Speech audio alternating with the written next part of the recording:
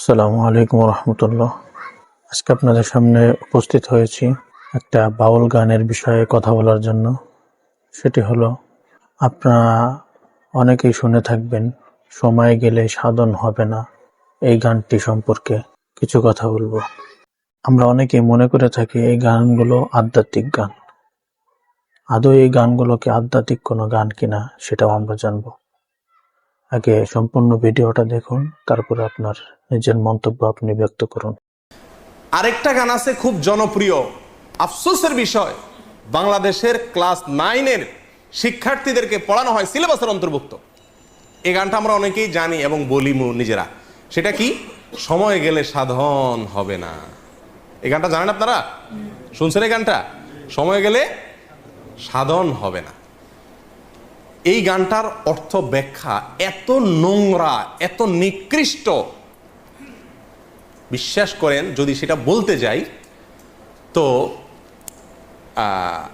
মানে সোজা কথা, আমাকে চরম নির্লজ্জ হতে হবে। এটা আমার দ্বারা সম্ভব না, আমি খুলে আপনাকে বলতে পারবো না এই গানের পুরো ব্যাখ্যা। তবে কিছু ইঙ্গিত দিব, শুনেন। পুরো গানটা শুনেন, কবিতাটা শুনেন। সময় গেলে সাধন হবে না, দিন থাকিতে দিনের সাধন কেন করলে না?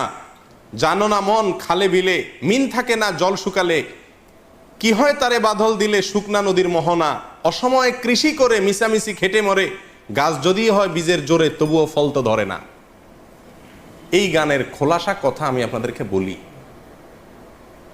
বলা হচ্ছে যারা বাউল, যারা ফকির, যারা সাধনা করবে, এদেরকে বলা হচ্ছে, আরে বেটা, দিন থাকতে দিনের সাধন করলি না, সময় থাকলে সাধন করতে হবে, সময় চলে গেলে সাধন করে লাভ হবে না। সময়টা কি? মেয়েদের ঋতুস্রাব, এর আগের সময়টাকে বোঝানো হচ্ছে। ঋতুস্রাবের আগের মুহূর্তে সাধন করতে হবে। ঋতুস্রাব হয়ে গেলে, মাসিক হয়ে গেলে তখন সাধন করলে আর কাজ হবে না। এই হলো খোলাসা কথা। আর এর চেয়ে বেশি আমি আপনাকে ব্যাখ্যা করে বলতে পারছি না। এখানে এই গানে যে এই কথাটা বোঝানো হয়েছে, এটা তো আমি দাবি করতেছি মৌলবী না, এটা বাউলদের বক্তব্য। তারাই বলতেছে যে এই গানের এই ব্যাখ্যা। রেফারেন্স নেবেন, একটা একটা করে নেন। এই গানের সময়, সাধন, মিন, বীজ, কৃষি এসব শব্দ যৌনকর্ম সংশ্লিষ্ট বিভিন্ন পরিভাষা। লালন গবেষক নেয়ামত আলী এবং বাংলাদেশের নেয়ামত আলী বলেছেন, এটা আমার বক্তব্য না। লালন গবেষক বলতেছেন যে এই শব্দগুলো দ্বারা বিভিন্ন যৌনকর্মের বিভিন্ন মুহূর্ত, বিভিন্ন সময়, বিভিন্ন পরিভাষাকে বোঝানো হয়েছে। আর বাংলাদেশের বাউল বইতে 357 নম্বর পৃষ্ঠায় এই একই কথা বলা হয়েছে, যে এই গানটা অনেকে মনে করে আধ্যাত্মিক গান, সময় গেলে সাধন হবে না, মানে আল্লাহর যাওয়ার জন্য এবার বন্দি করতে বলতেছে না।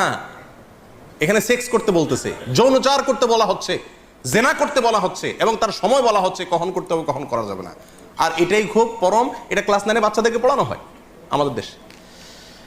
এবং বাউল লালন পরিভাষা নামে একটা বই আছে, এই বইয়ের 80 নম্বর পৃষ্ঠায়ও এই গানের একই ব্যাখ্যা করা হয়েছে, যে এটা পুরাটা যৌনতার কথা। কিন্তু আমরা সাধারণ মানুষ হয়তো জানিও না।